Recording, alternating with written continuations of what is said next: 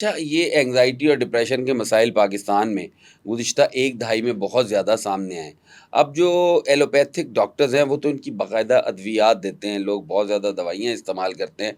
तो being a psychological consultant, जब आपने डायग्नोज़ कर लिया कि इस बंदे को एंग्ज़ायटी है, अब तो कहा ये जाता है पाकिस्तान में सबको ही एंग्ज़ायटी है।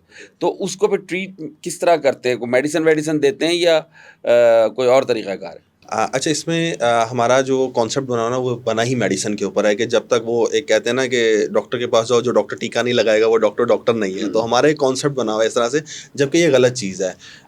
अगर मैं यहाँ पे यूरोपियन कंट्रीज़ की बाहर के मुल्कों की एक एग्जांपल दूँ तो वहाँ पे क्या करते हैं, वहाँ पे इवन जो डॉक्टर भी होते हैं वो कोई पेशेंट आता है जिसको एंग्जायटी होती है कुछ टाइम के लिए।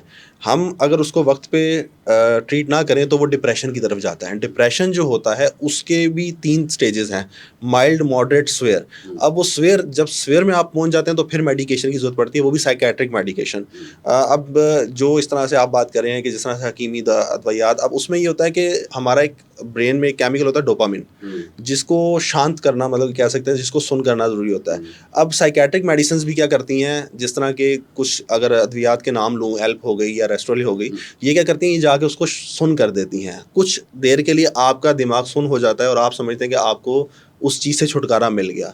लेकिन वो आपके लॉन्ग टर्म के लिए बहुत नुकसानदेह है। क्यों? जब आप उसका असर ख़त्म होगा वो फिर से शुरू हो जाएगी। हुँ, तो इसका एक बेहतर ट्रीटमेंट ये है कि हम एज़ अ साइकोलॉजिस्ट कंसल्टेंट्स हम अपने क्लाइंट्स को टेक्नीक्स बताते हैं। हुँ, हर चीज़ से निकलने का एक तरीक़ाकार होता है। हुँ, वो रास्ता तो पता होता है लेकिन उस रास्ते पे चलना कैसे है वो नहीं पता होता। हुँ, तो हम वो रास्ता बताते हैं, वो तरीक़ाकार बताते हैं जो कि उनको काफ़ी हेल्प करता है।